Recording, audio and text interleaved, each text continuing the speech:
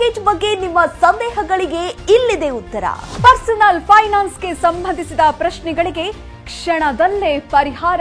ಮನಿ9 app ಮೂಲಕ ನಿಮ್ಮ ಪ್ರಶ್ನೆಗಳಿಗೆ ಉತ್ತರ ಕಂಡುಕೊಳ್ಳಿ. ನಿಮ್ಮ ಪ್ರಶ್ನೆಗಳನ್ನ ತಜ್ಞರ ಜೊತೆ ನೇರವಾಗಿ ಕೇಳಿ. ಹಲೋ ಮನಿ9 ನಲ್ಲಿ ನಿಮ್ಮ ಪ್ರಶ್ನೆಗಳನ್ನ ಕೇಳಿ. ಈಗಲೇ ಡೌನ್ಲೋಡ್ ಮಾಡಿ ಮನಿ9 ಆಪ್. Download now.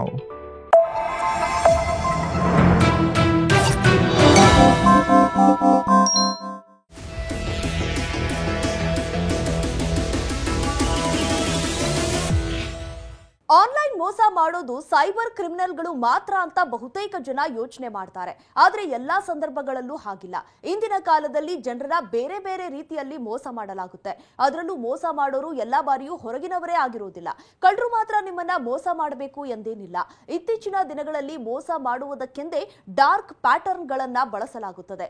ಇದೊಂದು ದೊಡ್ಡ ದೊಡ್ಡ ಸಂಸ್ಥೆಗಳು ತಮ್ಮ ಮಾರ್ಕೆಟಿಂಗ್ ತಂತ್ರಗಳನ್ನ ಬಳಸಿ ಮಾಡುವಂತಹ ಸಂಚು.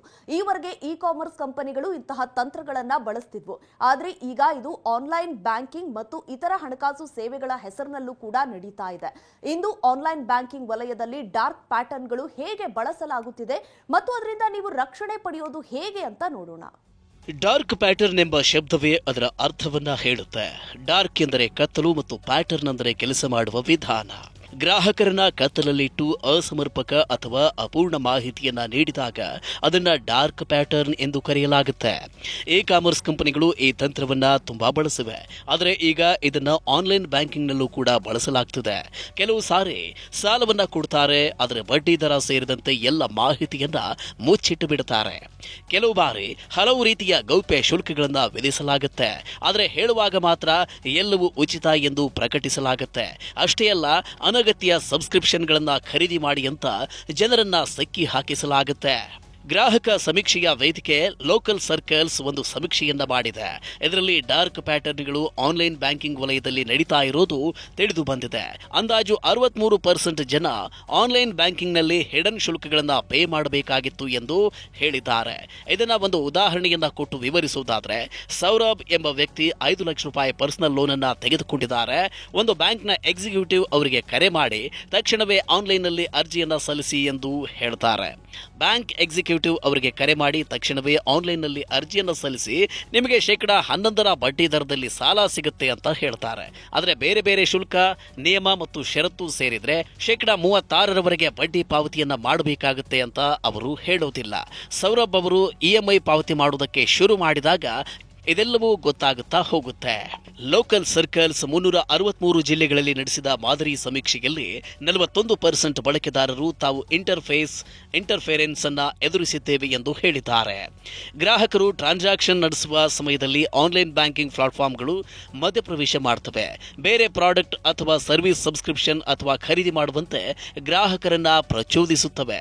ಉದಾಹರಣೆಗೆ, ನೀವು ಬ್ಯಾಂಕ್ನ ವೆಬ್ಸೈಟ್ನಲ್ಲಿ ನಿಮ್ಮ ಕ್ರೆಡಿಟ್ ಕಾರ್ಡ್ ಬಿಲ್ ಪೇ ಮಾಡುವುದಕ್ಕೆ ಪ್ರಯತ್ನ ಮಾಡಿದಾಗ ಬ್ಯಾಂಕ್ನ ಸಾಲ ಅಥವಾ ಕ್ರೆಡಿಟ್ ಕಾರ್ಡ್ ಅಪ್ಗ್ರೇಡ್ ಮಾಡಿ ಅಂತ ಪಾಪ್ಅಪ್ ಜಾಹೀರಾತುಗಳು ಕಾಣಿಸುವುದಕ್ಕೆ ಶುರುವಾಗುತ್ತೆ.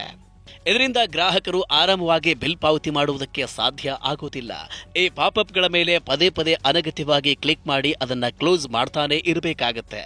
ಇದನ್ನ ಇಂಟರ್ಫರೆನ್ಸ್ ಎಂದು ಕರೆಯಲಾಗುತ್ತೆ. ಅಂದ್ರೆ ನಿಮ್ಮ ಮೇಲೆ ಜಾಹೀರಾತುಗಳನ್ನ ಹೇರುವುದು, ಅನಗತ್ಯ ಸೇವೆಗಳನ್ನ ಖರೀದಿಸುವುದಕ್ಕೆ ನಿಮ್ಮನ್ನ ಪ್ರೇರೇಪಿಸೋದು. ಸಮೀಕ್ಷೆಯಲ್ಲಿ 32% ಬಳಕೆದಾರರು ಸಬ್ಸ್ಕ್ರಿಪ್ಷನ್ ಟ್ರ್ಯಾಪ್ಗಳನ್ನು ಅನುಭವಿಸಿದ್ದಾರೆ ಎಂದು ಗೊತ್ತಾಗಿದೆ. ಗ್ರಾಹಕರು ಹೊಸ ಆನ್ಲೈನ್ ಪ್ರಾಡಕ್ಟ್ ಅಥವಾ ಸರ್ವಿಸ್ಗೆ ಸುಲಭವಾಗಿ ಸೈನ್ ಅಪ್ ಮಾಡುವುದನ್ನೇ ಸಬ್ಸ್ಕ್ರಿಪ್ಷನ್ ಟ್ರ್ಯಾಪ್ ಎಂದು ಹೇಳಲಾಗುತ್ತೆ. ಈ ಸಬ್ಸ್ಕ್ರಿಪ್ಷನ್ ಸಲುವಾಗಿ ಅವರಿಗೆ ಪದೇ ಪದೇ ಶುಲ್ಕವನ್ನ ವಿಧಿಸಲಾಗುತ್ತೆ. ಬೇಡ ಎಂದರೂ ಕೂಡ ಅದನ್ನು ಸುಲಭವಾಗಿ ರದ್ದು ಮಾಡಲು ಆಗುವುದಿಲ್ಲ. ಅದನ್ನ ನಿಲ್ಲಿಸುವುದಕ್ಕೆ, ರದ್ದು ಮಾಡುವುದಕ್ಕೆ ನೀವು ಬ್ಯಾಂಕ್ ಶಾಖೆಗೆ ಹೋಗಬೇಕಿರುತ್ತೆ. ಇದರ ಜೊತೆಗೆ 39% ಬಳಕೆದಾರರು ಬೈಟ್ ಅಂಡ್ ಸ್ವಿಚ್ ಪ್ರಕರಣಗಳನ್ನು ಎದುರಿಸಿದ್ದಾರೆ.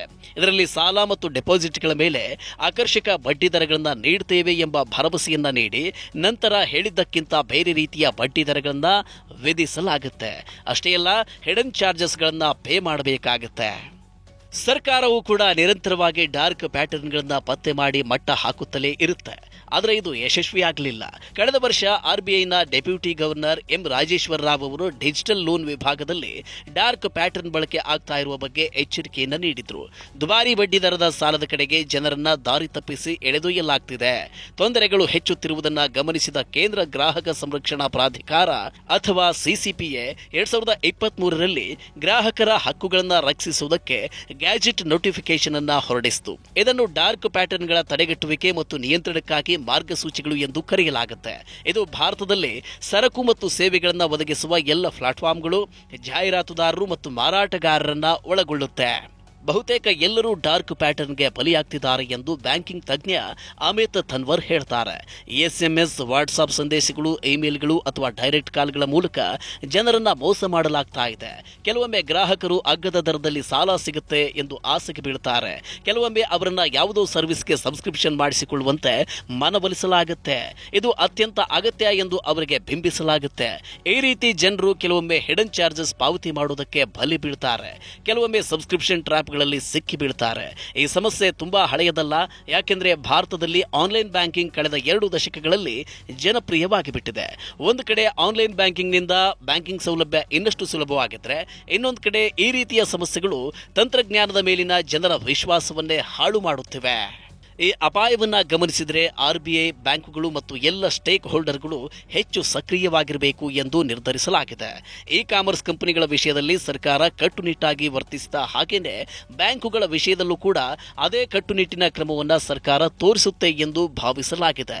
ಆದರೆ ನಿಯಮಗಳು ಮತ್ತು ನಿಬಂಧನೆಗಳಲ್ಲಿನ ಲೋಪದೋಷಗಳನ್ನು ಸರಿಪಡಿಸುವುದಕ್ಕೂ ಮೊದಲು ಗ್ರಾಹಕರು ಈ ಸಮಸ್ಯೆಯನ್ನ ಅರ್ಥ ಮಾಡಿಕೊಳ್ಳುವುದು ಕೂಡ ಅಗತ್ಯ.